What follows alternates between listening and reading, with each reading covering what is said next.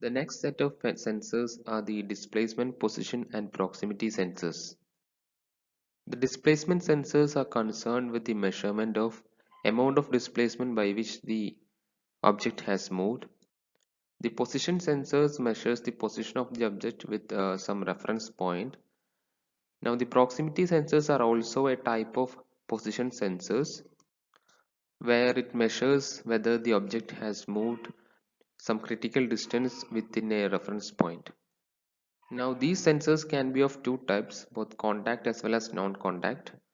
In contact type there will be a shaft which moves across the object being measured, and the movement of the object will be correlated with the movement of the shaft. Now we will see the various sensors belonging to this class. So the first one in this set of sensors is the potentiometer. It is basically a circuit having a resistive element which could be a straight wire or wounded with n number of turns. Here the straight wire or the wounded element offers uniform resistance throughout the length or in each turn. Now the potentiometer basically consists of a resistance element with a sliding contact which can be moved throughout the length of the element. Now this sliding contact is connected by a shaft through the object whose displacement has to be measured. That is, the shaft will mimic the displacement of the object on the sliding contact. Now with a constant input voltage between the terminals, the output voltage is a fraction of the input voltage, and this fraction will depends on the ratio of the resistance by the sliding contact to the total resistance offered by the circuit. This is given by V out by VR equal to R out by RL. Now in the first circuit, the input voltage is EI and the output voltage is EO. Now the output voltage value changes with the position of this sliding contact on the resistive element. As the resistive element offers a uniform resistance over the entire length, as the contact moves from 0 position to the final position, the resistance offered will also be increasing.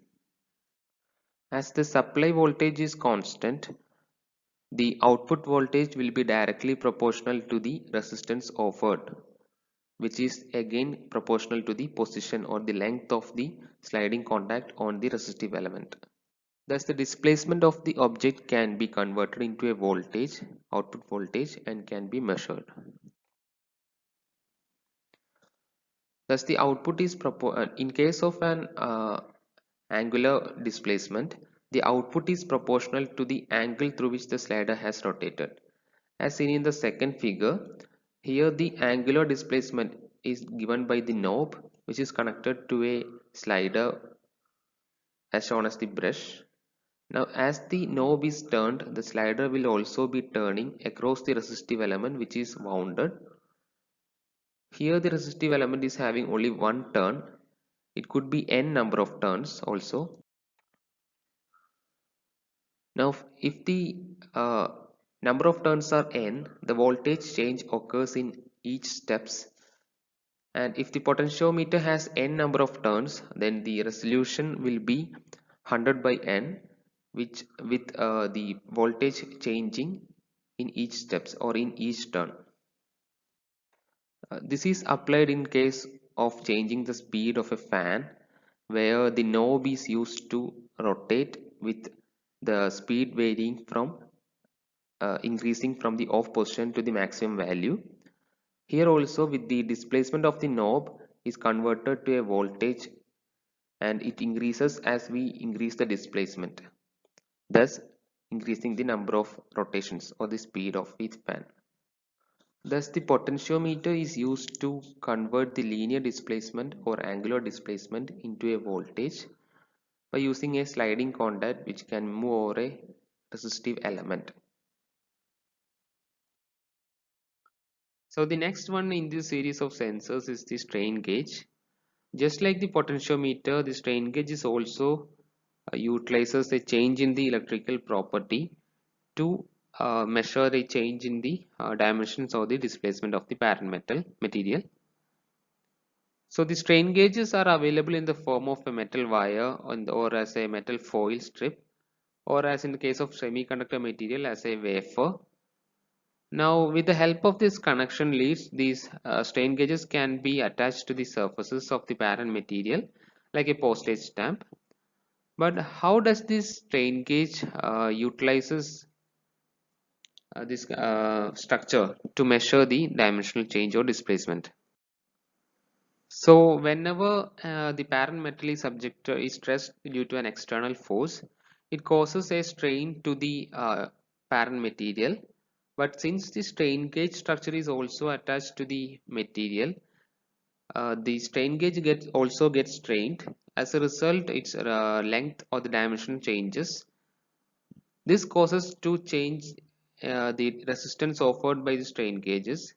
This fractional change in the resistance will be proportional to the strain occurred. Thus, by measuring the change in resistance, the change in length or the dimensions can be measured. This is given by the equation delta R by R is proportional to epsilon. Here, the delta R is the change in the resistance offered by the strain gauge, and R is the initial resistance offered by the strain gauge before the application of the external force.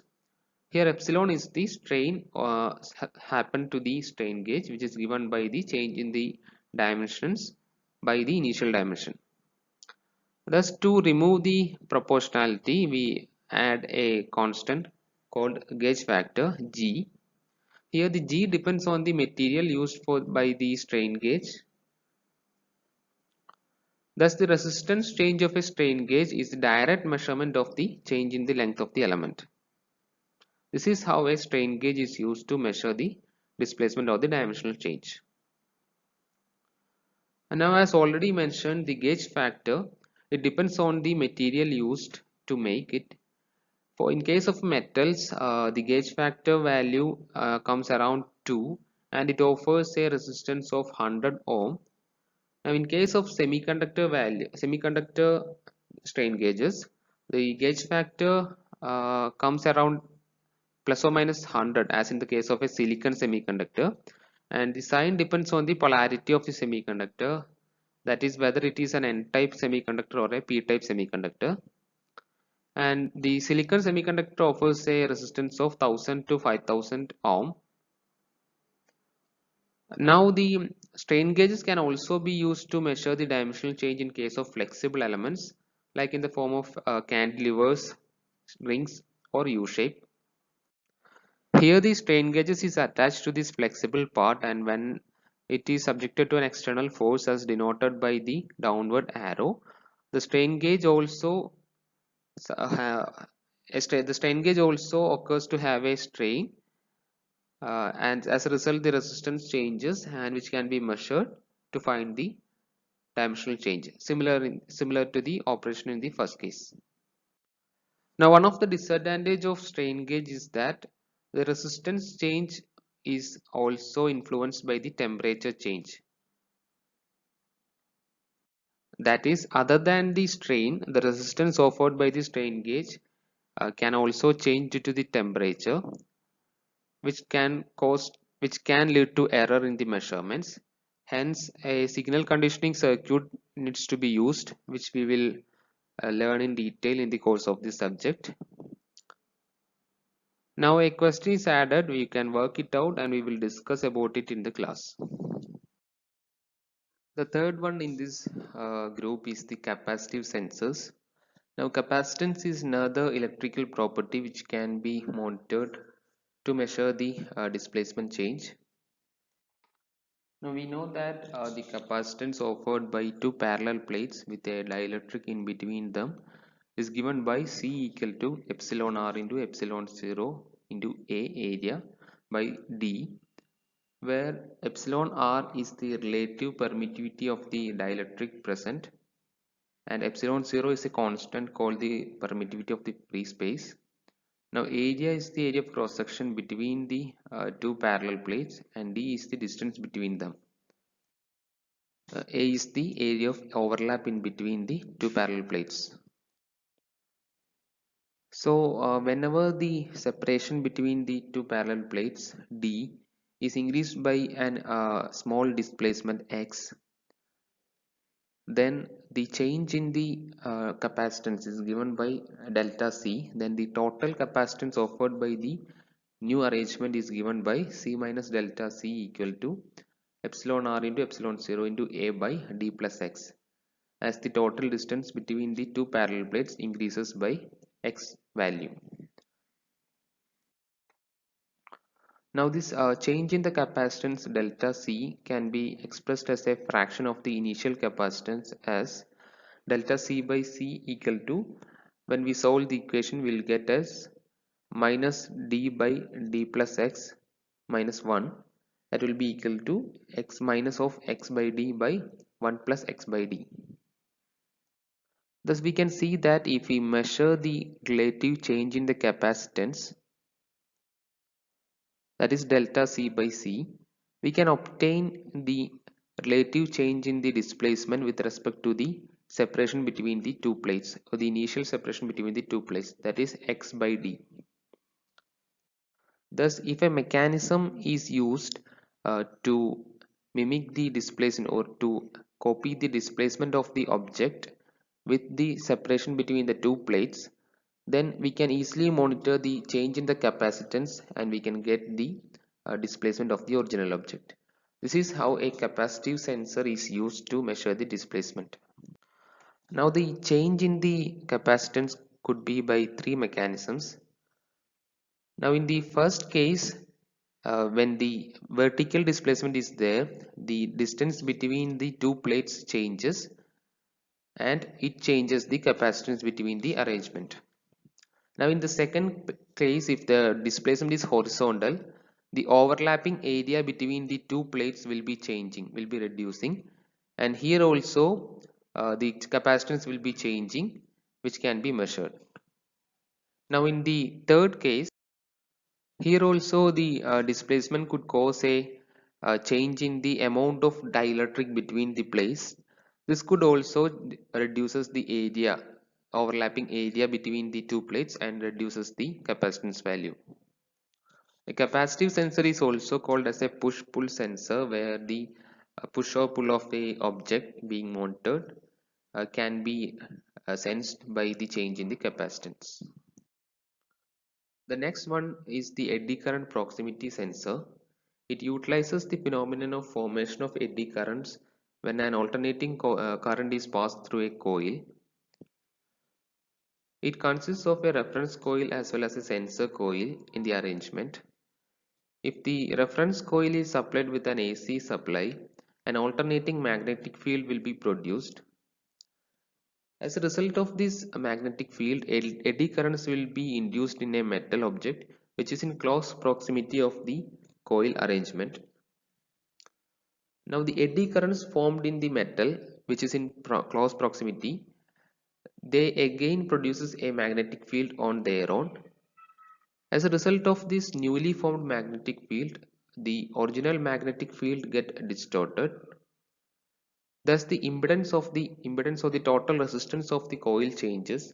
As a result, the amplitude of the AC current will be changing. Now this difference or the fluctuation in the amplitude of the AC current can be used as a trigger to trigger a switch or an alarm in the form of a sound. This is how the eddy current proximity sensor is used to detection of a non-magnetic but conductive material, which is commonly called as the metal detectors. They could be programmed to trigger the alarm only when the metal to be detected is in some distance or the set distance of the reference coil or sensor coil. Now these are relatively inexpensive, are very small in size and with high reliability, and they can have high sensitivity to small displacements or the proximity of the metal to be detected.